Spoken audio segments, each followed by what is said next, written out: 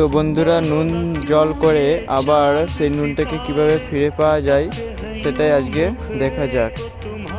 তো প্রথমে 1 চিমটি 2 চিমটি নুন নিয়ে নিলাম।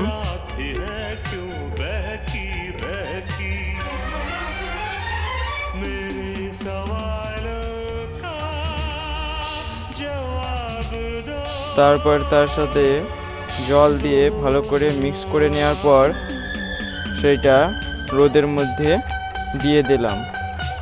কিছুক্ষণ পর দেখুন, রোদ থেকে যখন তুলে আনলাম দেখলাম যে নুনের মতো সাদা সাদা কি একটা জমে আছে। তো এটা আসলে নুন জলটা রোদে রাখার ফলে জলটা বাষ্প হয়ে উবে গেছে আর নুনটা নিচে থিতিয়ে পড়েছে।